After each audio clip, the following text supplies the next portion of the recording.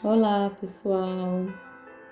Meu nome é Marina e eu estou com vocês hoje para mais uma palestra espírita. Agradeço pela oportunidade e, primeiramente, gostaria de convidar vocês para que nós façamos uma prece de harmonização. Eu vou ler uma mensagem intitulada Aflições. É inegável que em vosso aprendizado terrestre atravessareis, dias de inverno ríspido, em que será indispensável recorrer às provisões armazenadas no íntimo, nas colheitas dos dias de equilíbrio e abundância. Contemplareis o mundo na desilusão de amigos muito amados, como templo em ruínas, sob os embates de tormenta e cruel. As esperanças feneceram distantes, os sonhos permanecem pisados pelos ingratos, os afeiçoados desapareceram, uns pela indiferença, outros porque preferiram a integração no quadro dos interesses fugitivos do plano material. Quando surgir um dia assim em vossos horizontes, compelindo-vos à inquietação e à amargura, certo, não vos será proibido chorar. Entretanto, é necessário não esquecermos a divina companhia do Senhor Jesus. Supondes acaso que o mestre dos mestres habita uma esfera inacessível ao pensamento dos homens? Julgais porventura que não receba o Salvador ingratidões e apodos por parte das criaturas humanas?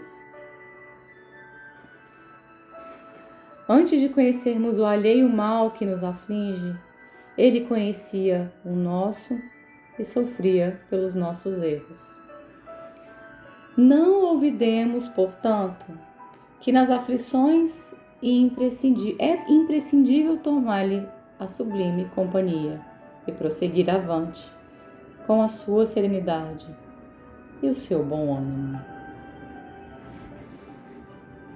Então vamos fechar os nossos olhos e agradecer a presença amiga de Jesus nas nossas vidas, de Maria, nossa Mãe Santíssima, pedindo para que nosso Mestre ilumine e abençoe a nossa caminhada, abençoe o lar de cada um de nós neste instante, trazendo saúde, trazendo fé, trazendo confiança e esperança de que tudo isso vai passar. Neste instante, Mestre Jesus, Maria, Mãe Santíssima, rogamos a Ti para que nos intua e proteja durante essa prece, essa palestra. Que os ensinamentos do Cristo cheguem ao lar de cada um que está assistindo e escutando nossa palestra. Que os benfeitores possam me orientar em específico, para que eu tenha sabedoria e humildade para compartilhar com os meus irmãos a palavra e a oração. Que assim seja, Mestre amado, graças a Deus e graças a Jesus. Então, pessoal, hoje nós vamos falar sobre um assunto muito interessante. Nós vamos falar sobre o dinheiro. O título, o tema da minha palestra de hoje é Dinheiro e Amor. E é muito curioso porque muitas pessoas elas acreditam que a única maneira de se fazer a caridade, de compartilhar um pouco do que eles têm de dinheiro, é quando se tem sobrando. E o que a gente vê? A gente vê que existem muitas e muitas maneiras da gente praticar a caridade. Existem muitas e muitas maneiras da gente servir, ajudar e auxiliar. E o Cristo nos ensinou muito isso durante a sua estadia aqui na Terra, E hoje a gente tem muitos ensinamentos que mostram que existem diversas e diversas maneiras de você servir sem necessariamente você ter que empregar o dinheiro. Mas de uma maneira ou de outra, a gente fica com uma lição, com um aprendizado muito grande em relação a como agir com o dinheiro. Então eu vou ler um pouquinho dessa mensagem, a gente, na medida que a gente for lendo, a gente vai conversando um pouco, vou trocando com vocês, né, compartilhando com vocês as percepções que eu tive, tá certo? Então, dinheiro e amor. Diante do bem, não pronuncieis a palavra impossível. Diante do bem, não pronuncies a palavra impossível. Por quê? Porque é sempre possível quando se quer e quando se tem vontade praticar o bem. A gente costuma dizer muito que a única coisa que nós temos verdadeiramente que é nosso é o quê? É o nosso tempo. Então, quando você tem a possibilidade de você dedicar um pouquinho do seu tempo para alguém, você já consegue fazer bem àquela pessoa. Então, abrindo só um parêntese em relação a essa primeira frase da nossa leitura, que fala: diante do bem, não pronuncieis a palavra impossível. Porque quando a gente quer, gente, quando a gente busca de verdade ajudar o próximo, não existem barreiras. Certamente sofres a dificuldade dos que herdaram a luta por preço das menores aquisições. Ainda assim, lembra-te de que a virtude não reside no cofre. A verdade verdadeira é que aquela famosa expressão de que dinheiro não compra felicidade é muito verdadeira. Quantas pessoas nós conhecemos que têm os cofres cheios, têm uma vida estável, têm um bom salário, têm uma boa casa, se alimenta do que gosta, do que quer, se veste bem e, na verdade, vive em depressão, tem problemas da família e não sabe por que isso acontece, não é? Então a gente consegue identificar claramente que a verdadeira felicidade e que a verdadeira paz que nós buscamos diariamente, elas não estão conectadas aos bens materiais, aos bens físicos. Em que lugar surpreenderias frágil cobertor tecido de apólices para agasalhar-lhes a criança largada ao colo da noite? Onde encontrarias ouro puro a fazer-se pão na caçarola dos infelizes? Entretanto, se o amor te faz lume no pensamento, arrebatarás a imundície, a derradeira sobra da mesa, convertendo-a no caldo reconfortante para o enfermo esquecido, e farás do pano pobre o abrigo providencial em favor de quem passa relegado à intempérie. A boa vontade é um elemento, assim, determinante, né? Quando a gente quer realmente fazer o bem, que a gente quer ajudar. Eu sou voluntária numa instituição em que eu já trabalho lá, tem uns 10 aninhos, e eu escutei uma vez uma expressão que mexeu muito comigo, sabe? Uma senhora da comunidade comentou que tinha uma pessoa que auxiliava ela com as mãos cheias de espinho, que era a mão que dava e ao mesmo tempo feria. E eu vi que até mesmo para você dar algo a alguém, até mesmo na hora de você realizar essa caridade material, você tem que ser nobre, você tem que ser cristã. Muitas pessoas acham que simplesmente por dar, por destinar uma parte do que elas têm sobra, isso já consiste na verdadeira caridade. E aí a gente tem duas questões, né? A gente tem a primeira questão de que será que quando eu dou o que sobra na minha mesa, ou que sobra na minha conta, ou que não faz diferença na minha vida, de que maneira eu estou doando aquilo? Será que isso realmente consiste na caridade material? Isso consiste num gesto de amor, de fraternidade? Então, é um questionamento que eu deixo para vocês e que a gente pense, né? Existem várias passagens do Evangelho e de obras de Emmanuel que falam muito sobre isso, sobre a importância de você dar não só aquilo que te sobra, mas aquilo que é essencial para você. Porque é muito fácil você compartilhar com o outro, você doar para o outro aquilo que não te faz falta, mas aquilo que é importante para você. Né? A questão é essa. Também nessa comunidade que eu trabalho lá no Recanto, eu vejo muito que a gente já trabalha com eles há muitos anos, né? Eu conheço há muitos anos e estou lá constantemente, tem mais ou menos 10. E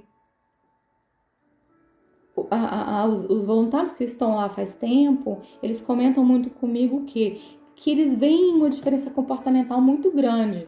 Eles veem a evangelização realmente fazendo diferença na vida dessas pessoas.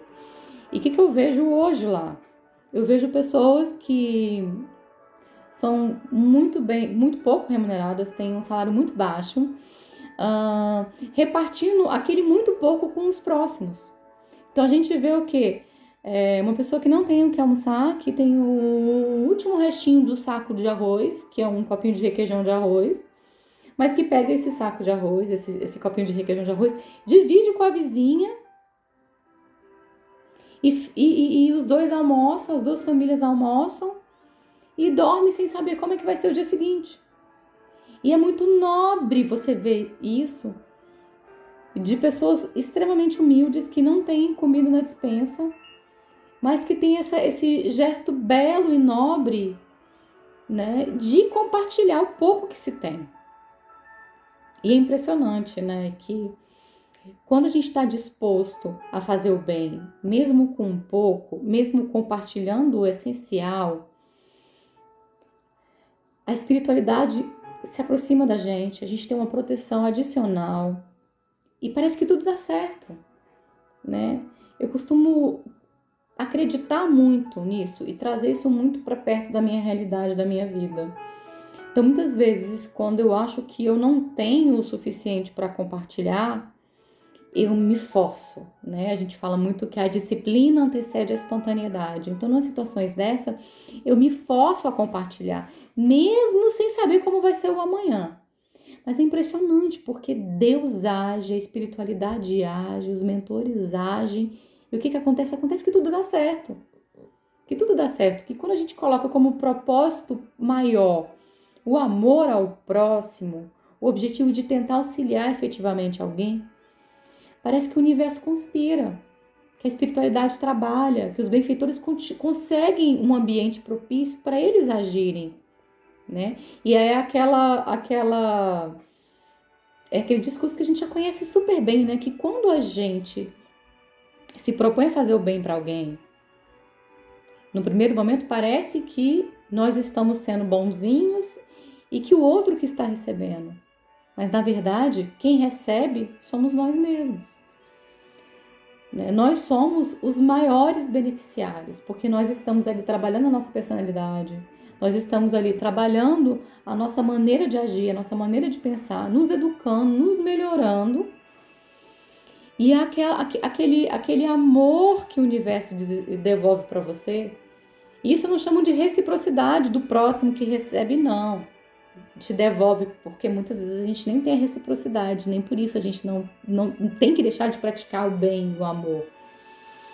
Mas porque nós nos transformamos, porque nós doamos, né, para o próximo e para o universo que a gente acredita que é o melhor e que é o nosso dever.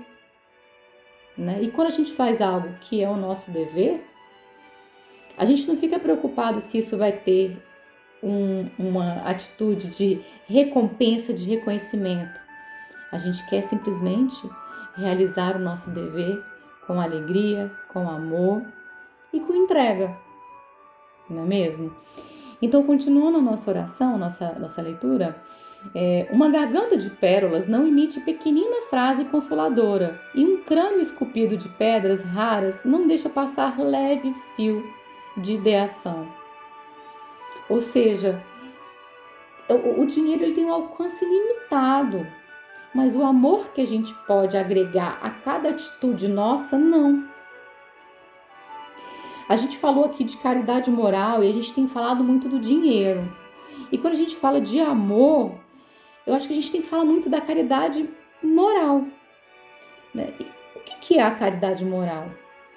Né? É algo que muito se fala e eu acredito que ela seja muito genérica. Mas o que é a caridade moral? A caridade moral é você conseguir levar para o próximo e tratar o próximo com todo o amor, com todo o respeito, com toda a consideração que você puder. É você muitas vezes tentar colocar o próximo acima de você. É você conseguir abrir mão desse egoísmo enraizado. Porque por mais que nós nos digamos, taxemos como espíritas cristãos, o centro do universo para nós termina sempre sendo nós mesmos, né? Eu não sei vocês, mas eu busco diariamente me trazer para dentro da doutrina, porque uma coisa é a Marina dentro da doutrina e outra coisa é a Marina no dia a dia. E eu fico o tempo inteiro buscando a Marina da doutrina para dentro do dia a dia. É aquela frase que eu gosto muito. Eu tento me disciplinar para que isso se torne espontâneo.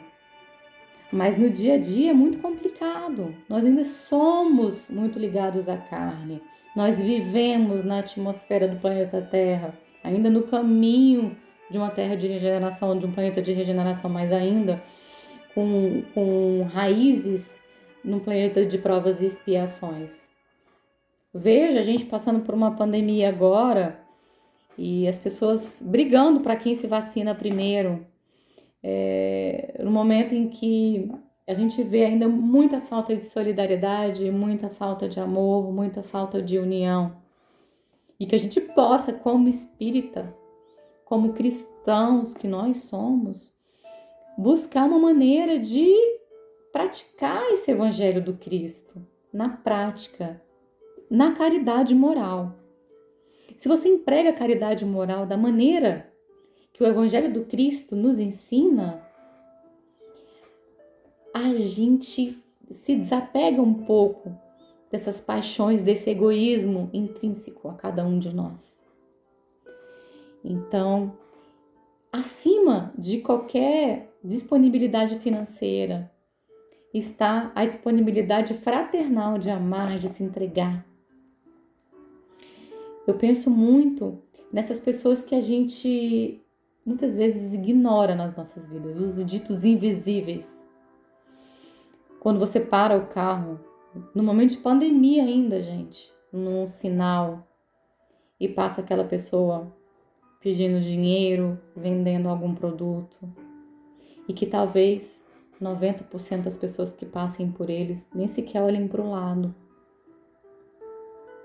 Ou mendigos que passam pela rua e que são ignorados, são vistos nem como invisíveis, são vistos como menos que isso, né? Como inconvenientes.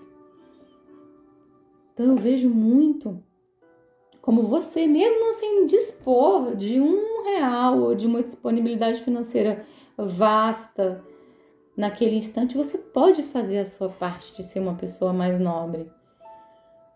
Eu busco, trabalhando, tentando ser uma pessoa melhor, parar no sinal, mas se a gente não consiga abrir o vidro com medo de se contaminar e tal, nesse momento delicado, olhar para a cara da pessoa que está passando e que está vendendo um pano de chão, um pano de prato, um saco de lixo, ou mesmo pedindo R$1, né? Olhar para aquela pessoa, acenar, agradecer.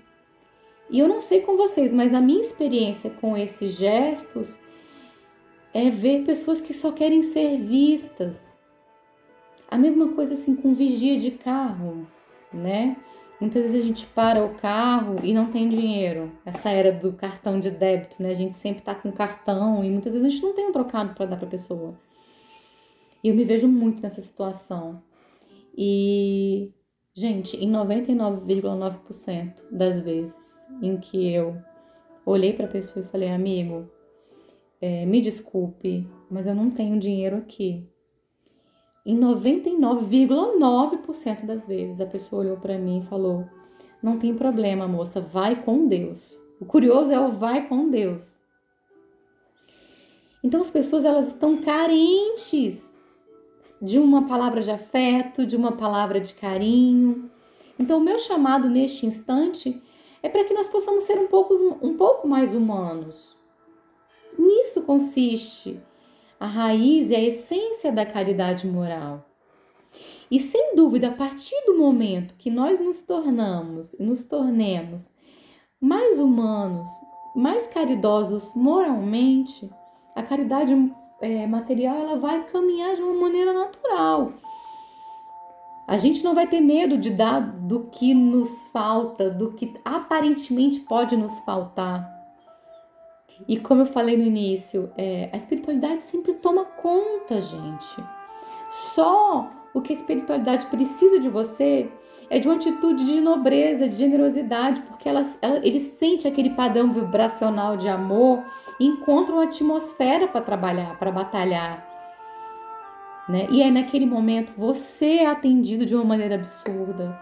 E a pessoa que recebe também, ela não recebe só um bem material. Por trás disso, a esfera espiritual, os trabalhadores do Cristo estão atuando também. Então a caridade moral e a caridade material, elas estão intrínsecas, né? Em um momento ou no outro elas vão se encontrar. Então se a gente se propõe a se transformar e a exercer a caridade moral dia a dia, um momento ou outro elas vão se cruzar. Por isso o tema dessa palestra, dinheiro e amor. Quando se fala de caridade, né, que é o amor em movimento, a gente pensa no dinheiro, pensa na caridade material. E a gente pensa no amor, a gente pensa na caridade moral. Mas, na verdade, elas têm que se unir e ser uma coisa só. Uma outra observação que eu acho muito bacana, que tem muito a ver com esse tema, é a gente pensar na caridade moral dentro do âmbito familiar. Porque a gente tem muito o hábito de ser gentil fora de casa. A pergunta que fica aqui... porque nós temos mais facilidade de ser gentis, de ser bondosos e de sermos amigos das pessoas que não são do nosso lar do que dentro de casa, né? E a verdadeira caridade, ela convida a gente a ser mais carinhoso com a filha, com o filho, a ser mais compreensivo com o marido.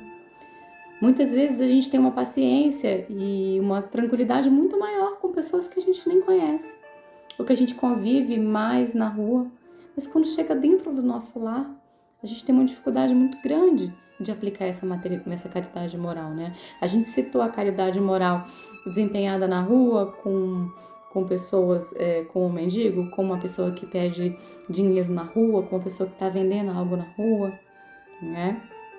Que está incomodando de alguma maneira, mas a gente tem que tentar aplicar isso para dentro da nossa casa também. É uma dificuldade muito grande. E eu costumo dizer que é uma escola muito interessante para nos ajudar a sermos pessoas melhores também dentro do nosso ambiente familiar, junto com as pessoas que a gente convive todos os dias, várias horas ao dia. Eu costumo dizer que aquela caridade marcada com dia fixo, com hora fixa, que é você dedicar algumas horas na semana, ou de 15 em 15 dias, ou com alguma frequência no mês, a uma instituição de caridade, a fazer um trabalho realmente fraterno de caridade, faz com que a gente discipline muito essa maneira de amar e de servir, e que a gente naturalmente se veja amando e servindo também dentro do nosso lar. Eu acredito sinceramente que o trabalho de caridade ao pé da letra, que é esse dentro de instituições, eles são muito válidos, porque ali a gente se transforma muito. E quando a gente vê, a gente também se transforma dentro da nossa casa. A gente vai numa instituição dessa e é generoso financeiramente, é dócil e amável. E quando a gente chega em casa, a gente se depara com um perfil diferente daquele, a gente se incomoda e a gente busca melhorar. A mesma coisa dentro de centros espíritas. É curioso, dentro de centro espírita todo mundo é legal, todo mundo é bonzinho, todo mundo é calmo. E aí muitas vezes quando você chega em casa, você fala, mas eu acabei de sair do centro e aqui eu não sou legal, eu não sou doce, eu tô mais severa, eu estou impaciente. Isso traz um questionamento a gente de como ser calmo e leve aqui dentro também, que é o meu dever. Se a Marina no centro espírita é tão legal e todo mundo gosta dela paciente e benevolente, por que dentro de casa ela não seria? Não é verdade? Então fica aqui esse chamado para a caridade moral, também para dentro dos nossos lares, né? Que é o que realmente o mais importante. Né? A gente tem missões e tem resgates espirituais dentro do nosso lar, com os nossos filhos, com os nossos maridos, com os nossos pais. Então, nosso dever maior é a gente lutar contra as limitações internas que nós temos, né? Desde a nossa personalidade, desde as nossas falhas morais, até as dificuldades que a gente tem de convívio familiar, mesmo que vem de outras vidas. Então, gente, voltando ao nosso texto para finalizar a nossa palestra, se fala assim: todavia, se o amor te palpita na alma, podes falar a palavra renovadora que exclui o poder das trevas, inspirar o trabalho que expresse o apoio e a esperança de muita gente. Respeita a moeda capaz de fazer o caminho das boas obras, mas não espere pelo dinheiro a fim de ajudar. Então, respeite a moeda. O dinheiro ele é bem-vindo, ele é importante, ele é essencial para se pagar contas, ele é essencial para se comprar alimentos, mas não espere por ele para fazer o bem. Hoje mesmo em casa, alguém te pede entendimento e carinho, e além do reduto doméstico, legiões de pessoas aguardam-te os gestos de fraternidade e compreensão. Finalizando, gente, recorda que a fonte da caridade tem nascedouro em ti mesmo e não descreais da possibilidade de auxiliar. Para transmitir-nos semelhante verdade, Jesus a sós, sem fiança terrestre, usou as margens de um lago simples, ofertou simpatia aos que lhe buscavam, a convivência, confortou os enfermos de estrada, falou do reino de Deus aos pescadores da vida singela e transformou o mundo inteiro, revelando-lhes assim que a caridade tem o tamanho do coração. Então eu finalizo essa palestra de hoje falando para vocês isso, que a caridade tem o tamanho do coração. E todos nós temos um coração enorme, temos um coração cheio de boa vontade, não é verdade? Então que a gente possa refletir nas nossas atitudes, que a gente possa refletir nos nossos gestos, no convívio diário, no trato diário com as pessoas que a gente convive. Uma caridade bela, verdadeira, operante. Muito obrigada, pessoal, por esse momento juntos. Eu agradeço muito pela oportunidade e convido vocês a gente fechar os olhos para agradecer por esse instante. Deus Pai querido de infinita bondade, eu te agradeço por essa oração, por esse momento de reflexão e estudo acerca do amor e acerca do dinheiro. Que nós possamos ser, Jesus, benevolentes, fraternos. Que nós possamos, Senhor, nos tocar, nos sensibilizar com a dor do próximo. Que a dor do próximo, Jesus, possa ser a nossa dor. Que desta forma o amor cresça e possa ser contagiante, Jesus. Que esse amor possa ser compreensivo, possa ser fraterno. Que nós possamos, Jesus, minimizar o egoísmo que ainda é tão intenso nos nossos corações e nas nossas caminhadas. Que assim seja, Mestre Jesus. Que a vossa luz, o vosso amor e a vossa paz chegue ao lar de cada um de nós. Que nós tenhamos saúde, que nós tenhamos serenidade para passar por os momentos de dificuldade com fé, com esperança e com paciência. Nós confiamos em Ti, Jesus, e contamos com a vossa proteção. Que assim seja, Pai amado. Graças a Deus e graças a Jesus.